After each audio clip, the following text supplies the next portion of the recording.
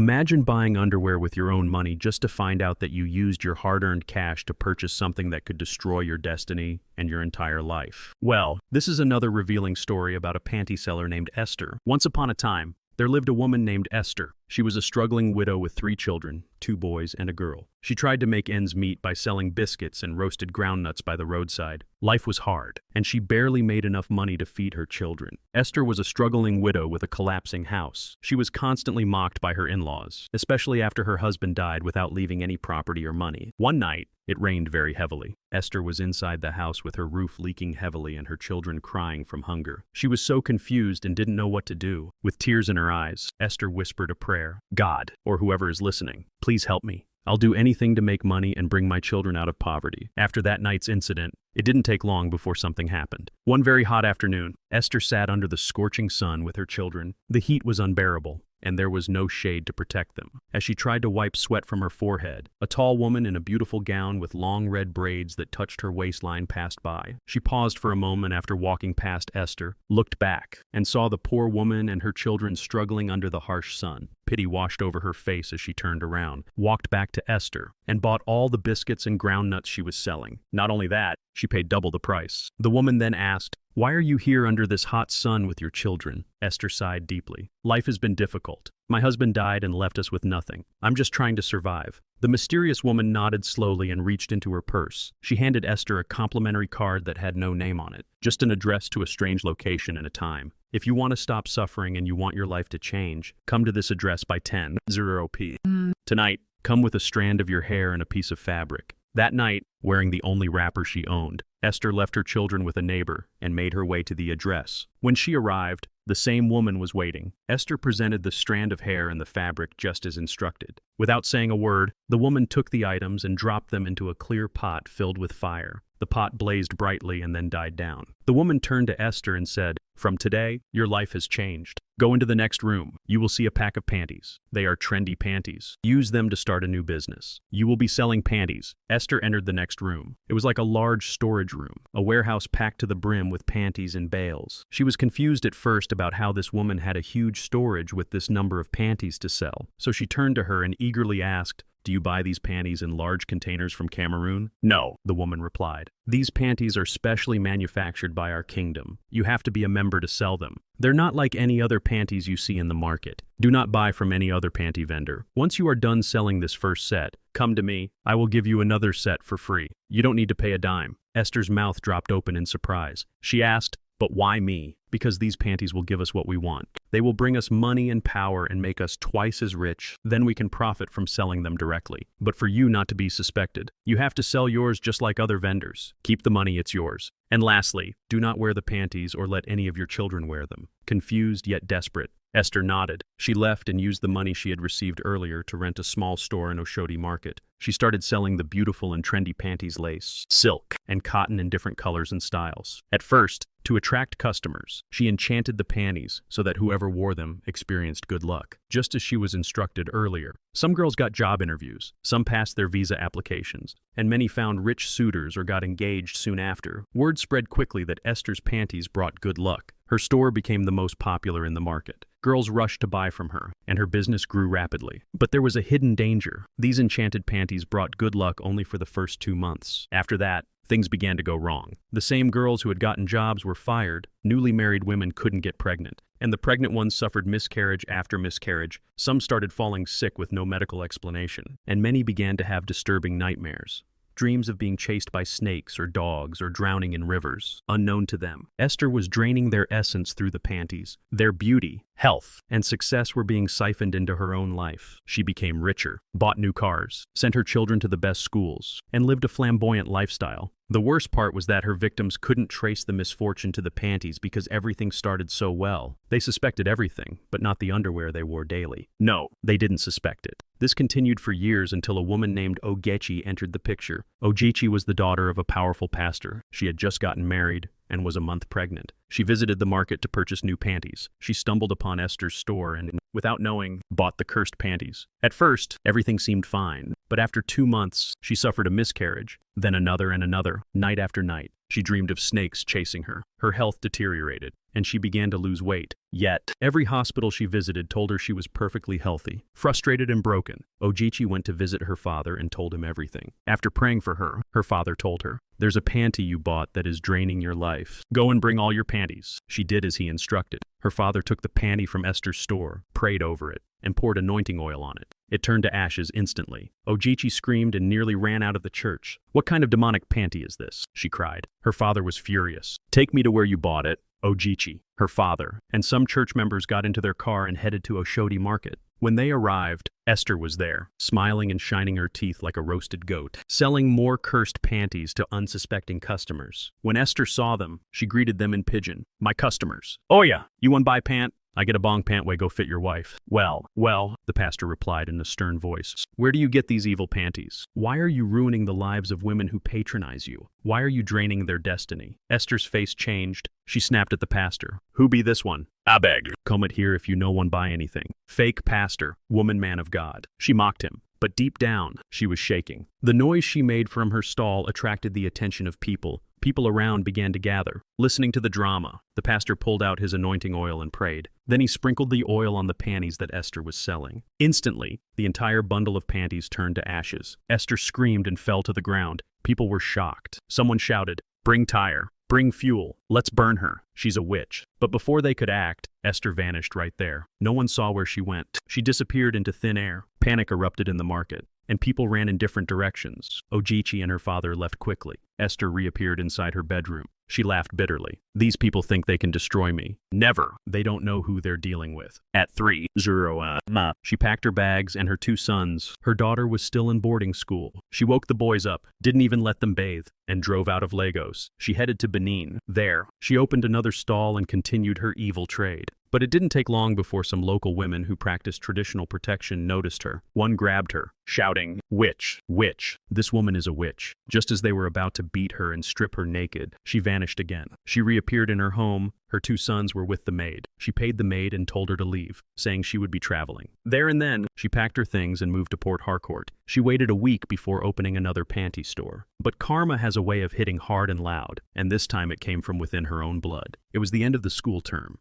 And Grace, Esther's daughter, came home to spend the holidays. Grace knew nothing about what her mother truly did for a living. In fact, Esther had warned her daughter never to touch or wear any panties from her store. She told Grace that her panties were too expensive and that giving them out would ruin her profits. Grace believed her, not knowing the real reason behind her mother's warnings. One afternoon, Esther left Grace to watch the store while she went to the market to buy foodstuff for dinner. As Grace sat alone, her eyes fell on a shiny red panty that caught her attention. It was beautiful. The fabric shimmered in the sunlight, and temptation crept in. She quickly looked around, and seeing no one, grabbed the panty and hid it in her handbag. 2 weeks later, school resumed, and Grace packed the red panty along with her other belongings. Back at school, Grace settled in and quickly got back into her routine. That shiny red panty became her favorite. She wore it often, even more than she should have. In the first few weeks, everything seemed perfect. Her grades improved. Teachers praised her work, and she felt more confident than ever. It was as if the panty carried a special energy. She thought maybe it was just luck, or maybe her mother's prayers were finally working. But after 2 months, things began to change. The nightmares started slowly. At first, it was just strange dreams of being in a dark forest or wandering inside a massive,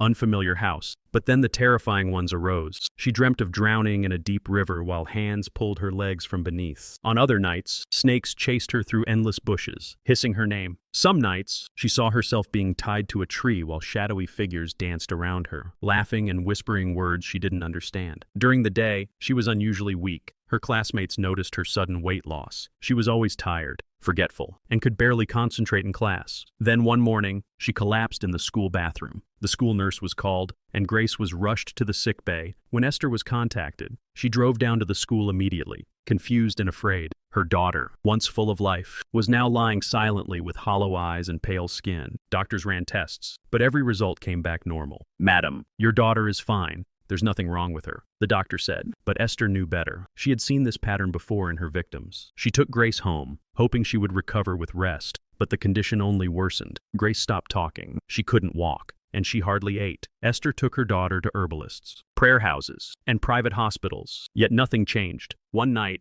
While sitting alone in the living room, a thought flashed in her mind. Could she have taken one of the cursed panties? She jumped up from the couch and rushed into Grace's room. Her heart was pounding. She dug through Grace's bag, throwing clothes on the floor. Then she saw it, the red panty. It was the exact one Grace had been admiring weeks ago. She held it in her trembling hands. Her stomach turned. Tears filled her eyes. She had warned her daughter. She had always made sure her children never touched those panties. She even bought them underwear from other vendors. But this one had slipped through. Panic-stricken, she drove to see Ada, the mysterious woman who had supplied the panties she sold. "Why is my daughter sick?" she cried. "I've done everything you asked. Why didn't you protect her?" Ada looked up from the small white orb she was gazing into and let out a cold, evil laugh. "There has never been any exemption," she said. "Not even you. Anyone who wears the panties pays the price. Your daughter is not excluded." Esther dropped to her knees. "Please, I'll give up the charm. I'll burn everything. I'll confess. Just save my child." Ada turned her back on her. "You were warned, and you accepted the terms. This is the cost." Esther drove home in silence. Her tears were uncontrollable. She sat by her daughter's bed all night,